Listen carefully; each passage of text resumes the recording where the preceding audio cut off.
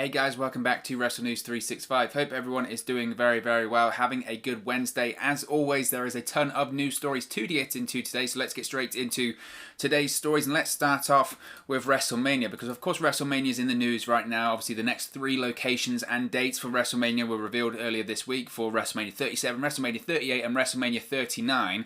Now when it comes to WrestleMania 39, of course, that is now taking place in California, the original location of WrestleMania 37. Of course, everything's moved around and changed because of the ongoing pandemic, but Roman Reigns has had his say on what he would like to see at WrestleMania 39 as WrestleMania and WWE once again go Hollywood. He has said it just makes sense for Roman Reigns to face The Rock at WrestleMania 39 in Hollywood.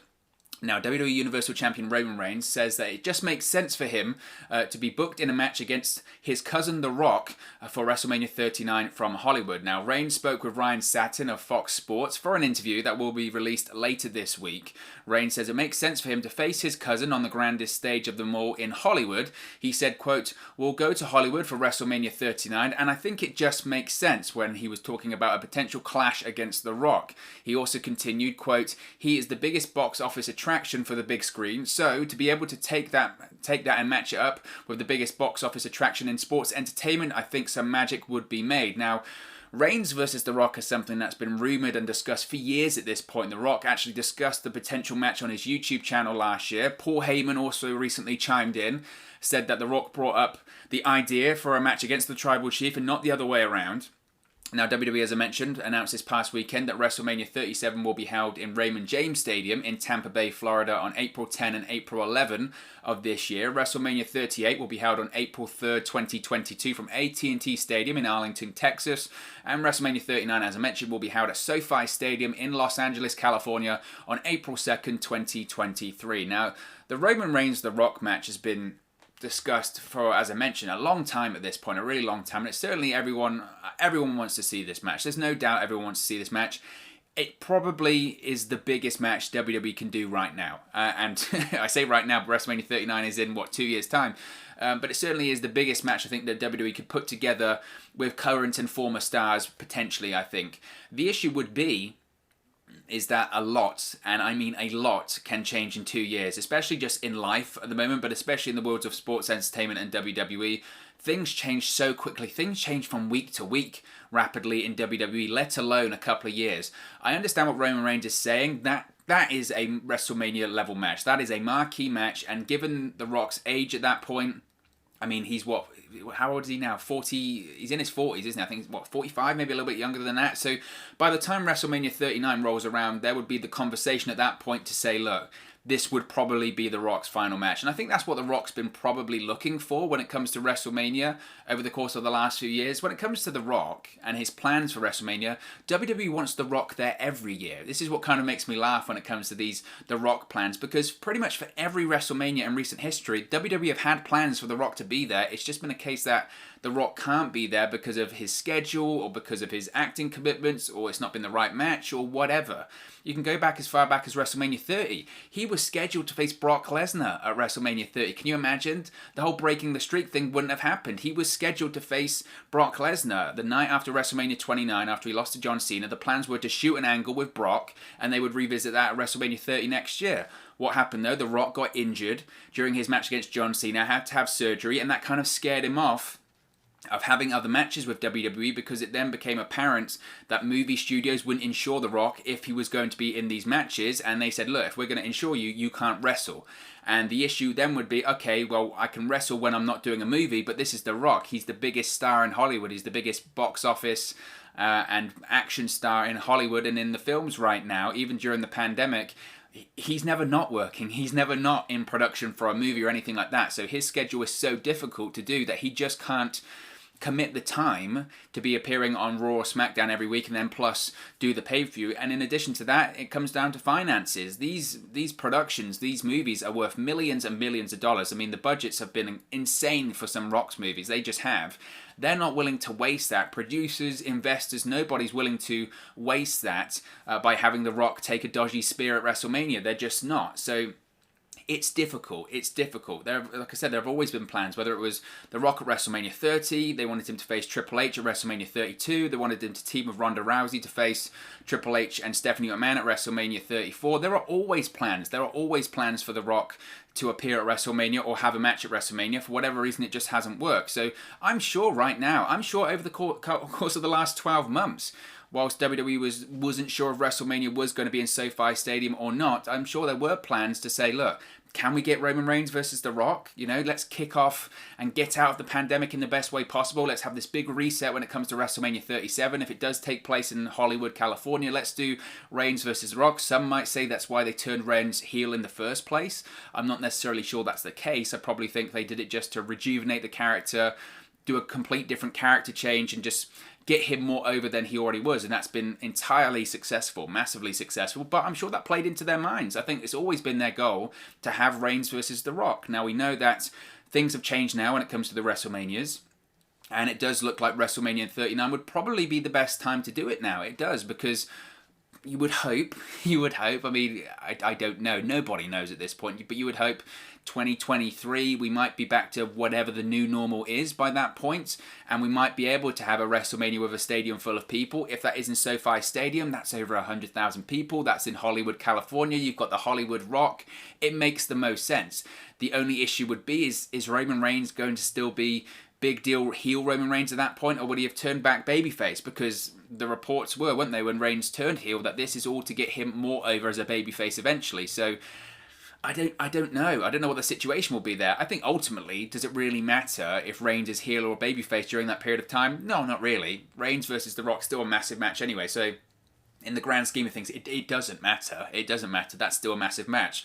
I think, though, you look at the age of The Rock at that point in WrestleMania 39, that would be his final retirement match. I think he wants to do that last big WWE match. I think he wants to close the chapter on his wrestling career, and he still loves the business. You can be as cynical as you want when it comes to Dwayne Johnson. You can say, oh, he doesn't care about the business, he just cares about acting, he just cares about this and this and this.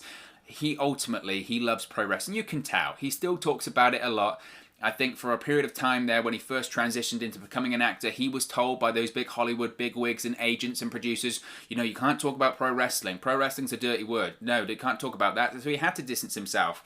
But as he's got bigger and more famous in this bigger box office attraction, he's kind of realised, you know what, I can do what I want. I can do what I want. I'm The Rock. So I think that's probably the case there. So I think WrestleMania 39 is a good place to aim for this Roman Reigns The Rock match. I think you look at the climate, and hopefully it would have cleared up in the next couple of years. That can be big. That really can be big. So I wouldn't be stunned if that was the main event. And like Reigns says, it makes sense. That makes sense. The only issue is that it's a long, long way away at this point. You know, you can't even at this point see a couple of days into the future, let alone 2 years. So I hope it happens. I think eventually it will happen in WWE. It has to. It's too big an opportunity. It's too much money to be on the table for everyone involved, whether that's WWE, Roman Reigns, and most importantly, The Rock. So I think it would happen. I think it would happen eventually. Speaking of WWE as well, we have an update when it comes to Drew McIntyre. Now, of course, Drew McIntyre, the WWE champion, is still in quarantine. He's self-isolating after his positive COVID test last week. But WWE officials are hoping that WWE Champion Drew McIntyre will be medically cleared in time to compete at the Superstar Spectacle tapings from the Capitol Wrestling Center in Orlando later this week. This is according to PW Insider. Now, it's been reported that the event will tape on Thursday or Friday rather, to air in India on Tuesday, January 26. Now, obviously, full details were released about this last week, and those details were released included several WWE Superstar names, including McIntyre, but now his status for the event is up in the air. Now, McIntyre has not appeared live on Raw for the past 2 weeks due to his positive COVID-19 diagnosis. WWE, of course, has announced, though, that he will return on next Monday's Royal Rumble Go-Home edition of Raw alongside WWE Hall of Famer Goldberg. The two will face off inside of the ring on Raw just before they have their match for the WWE Championship at the Royal Rumble. I don't know what look and what message that sends. Of course, Drew McIntyre wants to be a part of Superstar Spectacle because it does feel like a big event. This is a massive opportunity for WWE. Look, this is a big event they're putting on. They're really going hard to hit that Indian market, which they should. I think financially, of course, it makes sense due to just the sheer population density. Of course, the fandom, like I've mentioned before, I think the fandom is so overlooked when it comes to that Indian market, and several companies have tried, and so several companies have got close. Impact have done a decent job at trying to hit the Indian market. Of course, they had Ring Ka King. They've done tours over there. They've done TV tapings in India as well. But WWE, for me, this feels like their real chance to do a massive home run when it comes to the Indian market, and also a real full-fledged attempt to really hit that Indian market. And of course, because of that, they want to have their WWE champion on the show. I just don't know what message it sends if we're saying that, okay, McIntyre, of course, he hasn't been on Raw the last couple of weeks because of his positive COVID test, and you're hoping he's going to be back.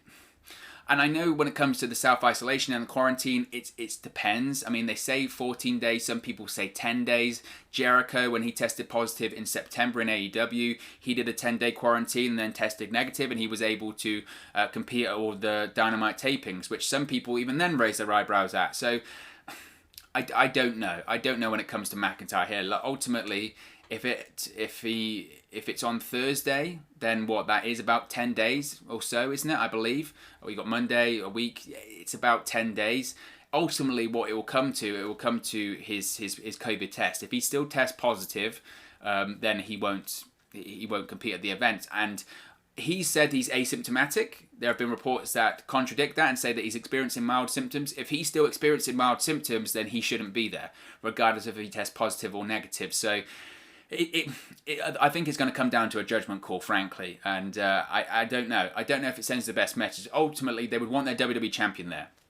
Is it the end of the world if he's not? No, it really isn't. It's not worth rushing back for. If they want to have him on the show so badly, do what he did for Raw, shoot something on his phone, do a promo. The fact that McIntyre isn't competing in there, I don't think is a massive issue.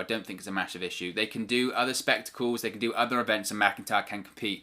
What is paramount and what is the most important thing here is everyone at the Thunderdome in Tropicana Field in St. Petersburg, Florida, their safety, their health and safety, and the safety and health of their loved ones and everyone in that wider area. So it comes down to a judgment call. If he's cleared, if he tests negative and he's not experiencing any symptoms and he's done at least 10 days, then I suppose he can.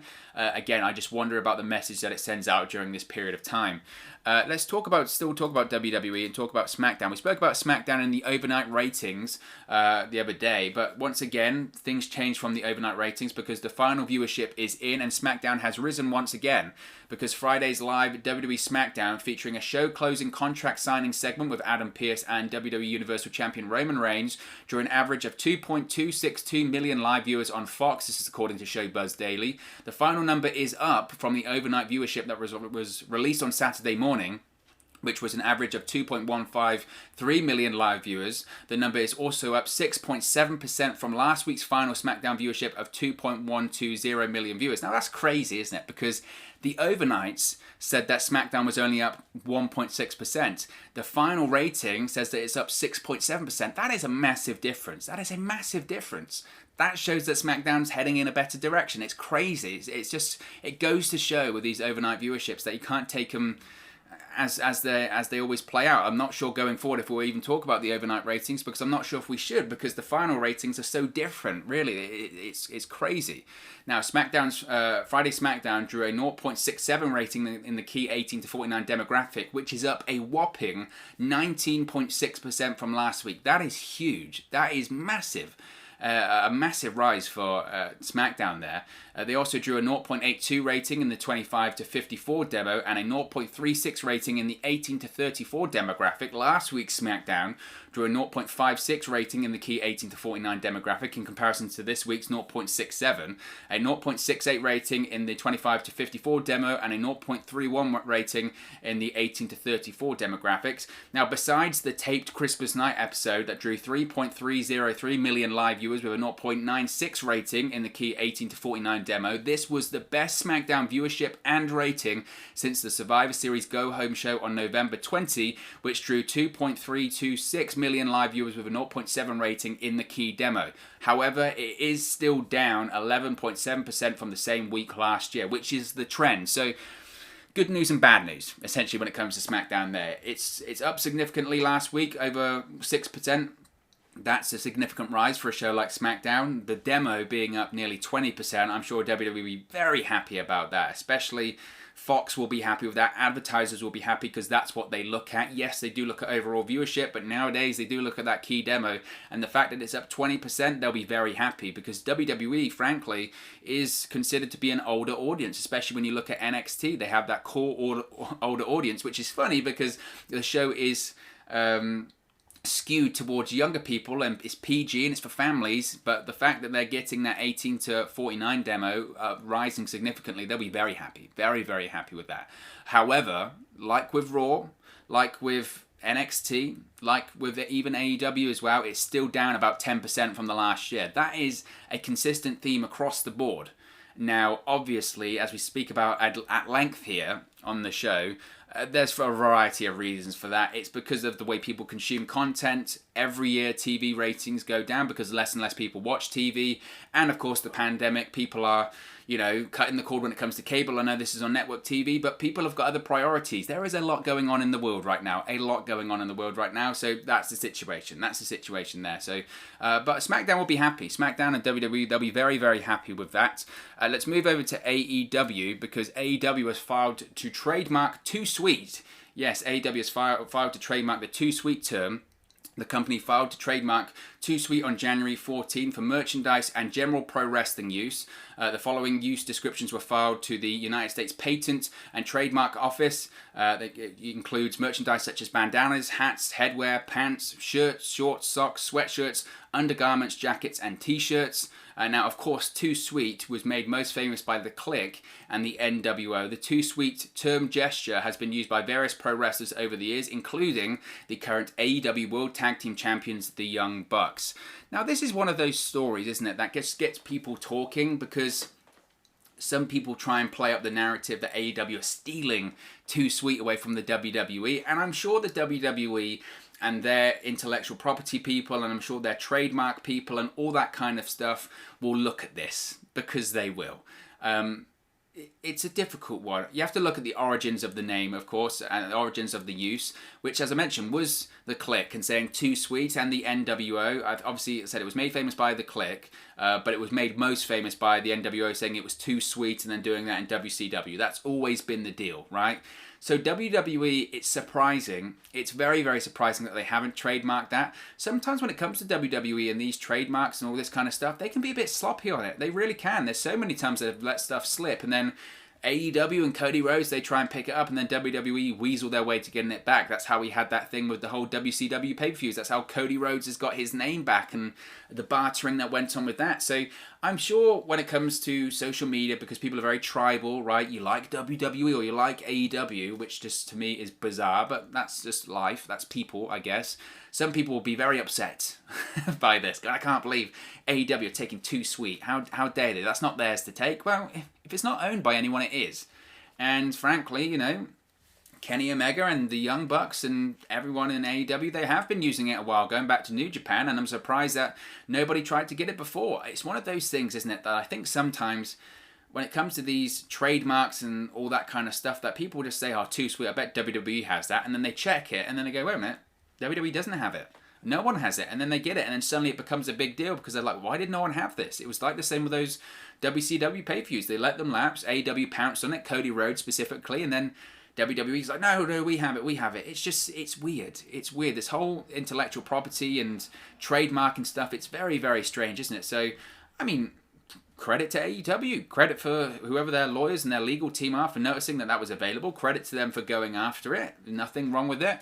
If WWE want to get their, their undergarments in a twist, frankly, they let it slip. So it's whoever does it first. So to me, it's not that much of a story. It's just AEW looking to try and make money. It makes business sense. I mean, it's a well-known catchphrase.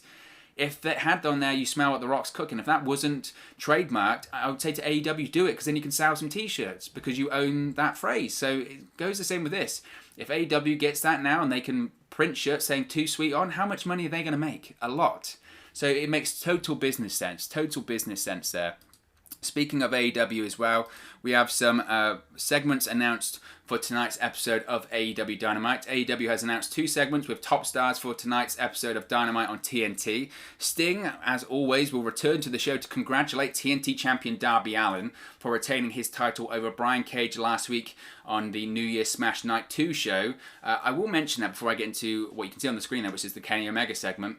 I really hope, I really hope that we see some development when it comes to Sting and Darby Allin, because I think they're wearing the welcome out very quickly when it comes to all of that. I think a lot of people agree with me on this one because I've seen it a lot on social media of saying, that's great. It was nice to see Sting get physical last week. I hope that's as physical as he gets, frankly, because I don't want to see him get hurt, especially with the history, the neck injury and all that kind of stuff.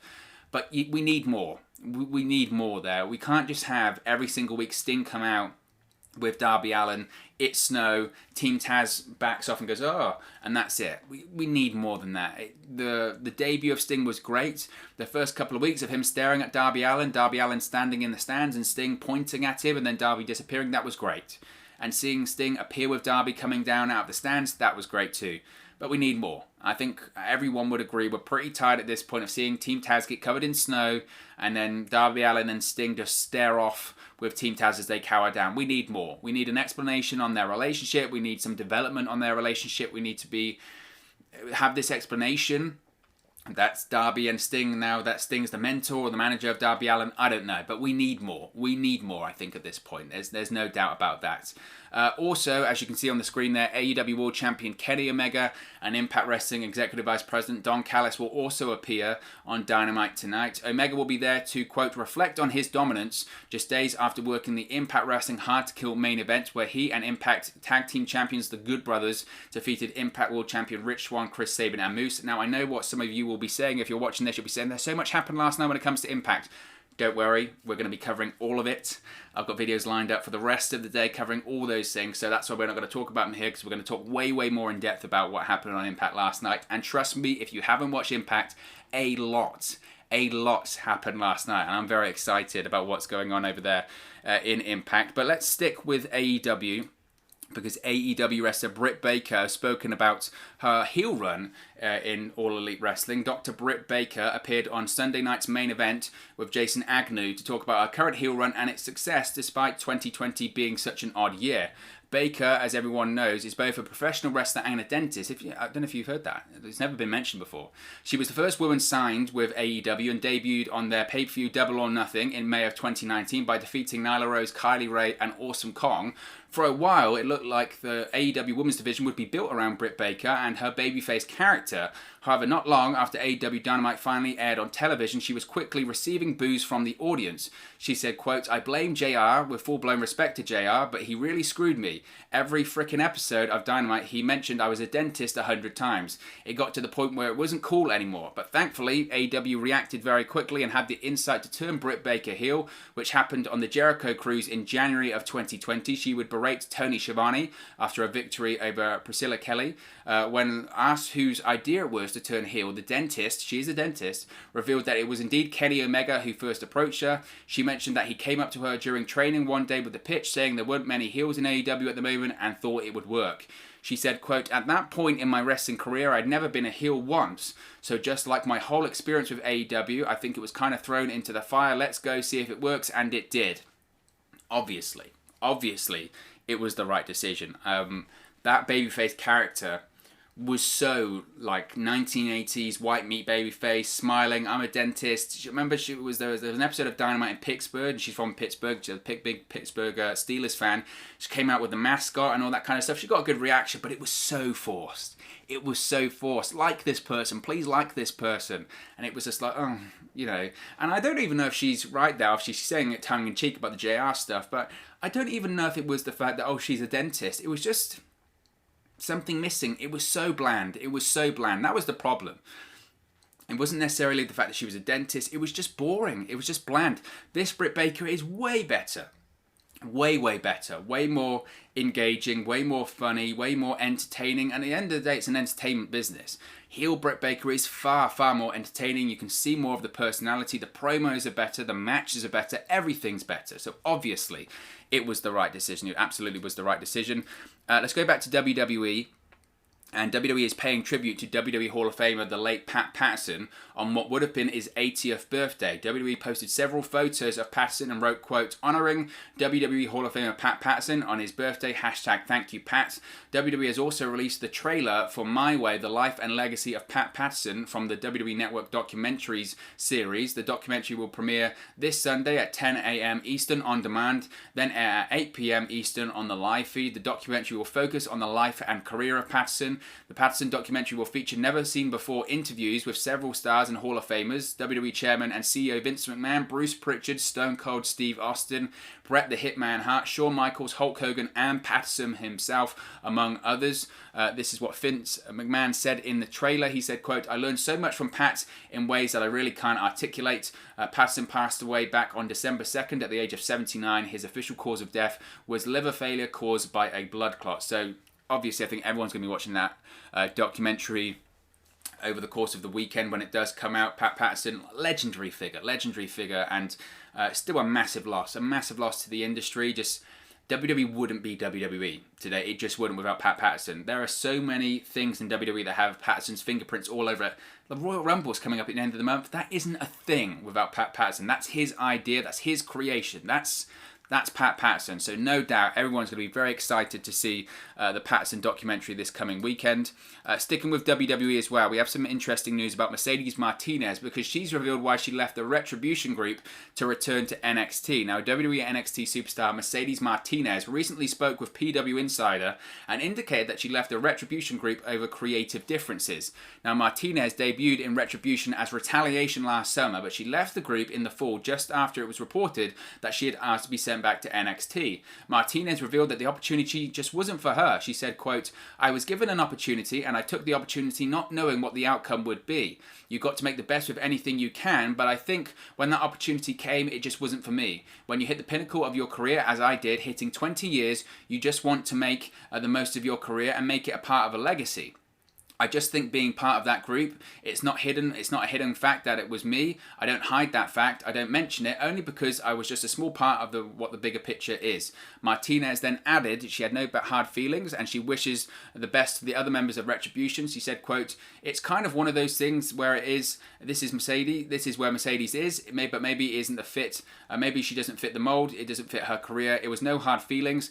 I just think we both had two different plans. I wanted one thing to go one way and they had a different outlook. I wish them success to all those part of the group and I wish them the best." So it's kind of, it is what it is. I mean, to use a cliche quote there, I think she was probably right. She was probably right to get out of that group. I mean, look at the way that Retribution have been booked ever since they were a thing. Retribution was hot for maybe 5 seconds. And that's even before we knew they were Retribution. That's even before the likes of Mercedes Martinez were revealed in those weird masks and they had those weird names.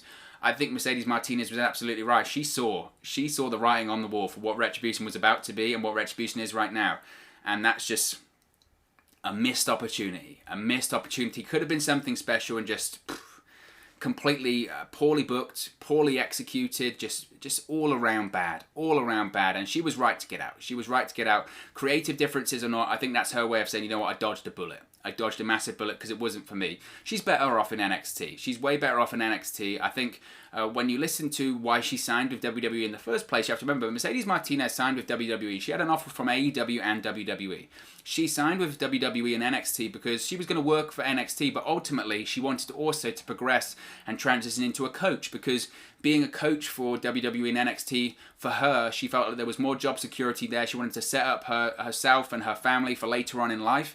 And I think staying around that NXT environment just suits her best. I think that suits her best, and she does fantastic work in NXT, and she saw the writing on the wall. She absolutely made the right decision there.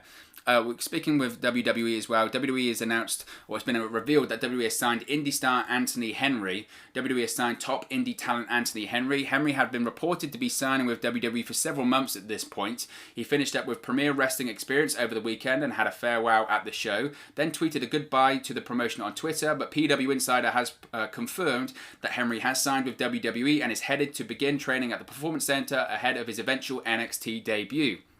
Now, it was reported in October of 2020 that Henry had attended a recent Performance Center tryout. He also worked a WWE tryout in December of 2019 and had announced last summer that he planned to retire at the end of 2020. Plans obviously changed though, as Henry, who made his pro wrestling debut back in 2002, has signed with WWE. The 36-year-old Henry is a former Evolve Tag Team Champion with JD Drake, who he wrestled at the end of Saturday's PWX show in Rock Hill, South Carolina. He also wrestled for the NWA and FIP, among other promotions. So congratulations to Anthony Henry. It's just another great story, isn't it? You know, he's going to retire. He's 36 years old. He probably thinks his time to appear in WWE has come and gone. And it does go to show that the philosophy when it comes to booking and signing talent in WWE has changed. Back in the, a few years ago, even maybe a little bit prior to NXT, but even a couple of years ago, if you were over the age of 30, you probably weren't getting signed by WWE unless you were going straight to the main roster. Certainly not a star like Anthony Henry. So it does show that things have changed. I think he'll probably just stick around in NXT, probably. That's not a bad thing. That's not a bad thing for him in the slightest. So congratulations to him on signing with WWE. And finally, Renee Young has spoken about the possibility of signing with AEW in the future. Now, she did an interview with Chris Van Vliet on his podcast and YouTube show. Be sure to check that out. And he asked her about the possibility of working for AEW in the future. Now, Renee noted that her days for working for a wrestling company are not necessarily over. She said that she does remain open to possibly working with AEW in the future. Of course, her husband, John Moxley, does work there too. She said, quote, I don't know. Maybe I'll wrestle Brandy and then our kids are going to wrestle. Who knows? She says, you look at AEW and I think they're doing fantastic. Everything they're doing is fantastic. I'm not saying I wouldn't do something there. I for sure would if the right thing came up, but it's not the thing I'm chasing down. I think my time in WWE was so great and my time in wrestling has been so great, but I don't want to have that be the only thing that I do. I don't want to pigeonhole myself as just being the wrestling girl. I'll always have that in my wheelhouse and have something that be something I lean on.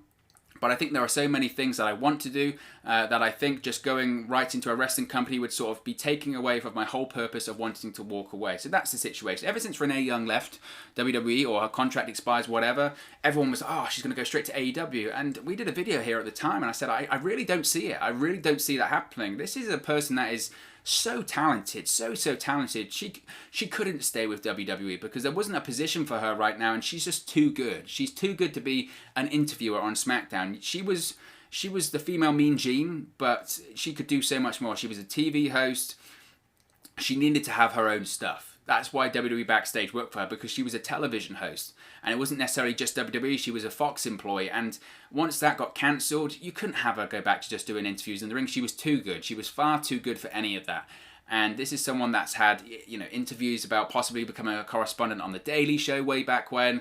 ESPN have been interested in her for hosting sports shows, and even other sports broadcasting people have been interested in her to be hosting those shows. She is very, very talented. Now she's got a podcast, a cookbook coming out. She's too good just to be an interviewer. So when she left WWE and people said, oh, she's just going to go to AEW, be an interviewer, I was sort of like, I doubt it. I really doubt it. She's just, again, she's too good to be doing that. So could she do something in the future? Absolutely, with AEW. And I do expect her to do something in the future, but I just don't know if I see her going in and just being an interviewer. I think she's better than that. No disrespect to interviewers, of course, but that's what I think about that. But of course, as always, this is just one man's opinion. What are your thoughts on the news stories we've spoken about today? Let me know your thoughts in the comment section below. I'll do my best to respond and reply to all of your comments. Really enjoy interacting with you guys, talking about WWE, AEW, Impact Wrestling, all things pro wrestling here on the channel. So be sure to get involved in the community. Drop a comment below. All opinions are welcome. If you have enjoyed this video, please do smash a like on the like button too. Really does help us out here on YouTube. Go up the rankings and get into people's recommendation feeds if they haven't seen our videos previously. But most importantly, if you haven't already, please do subscribe to WrestleNews 365. You can do that by clicking the bottom right hand corner of the screen right now, or if you wait a few seconds, there'll be a subscribe button at the end of this video along with another video for you to watch. Thank you very much for watching, listening, streaming, or however you come across this video today, and I'll speak to you again very, very soon. Hey guys, thank you for watching, listening, streaming, or however you come across this video today. Be sure to click on the video on the right there to watch our next video, or click the bottom there to subscribe, or the bottom right hand corner. Thank you very much, and I'll speak to you again very soon.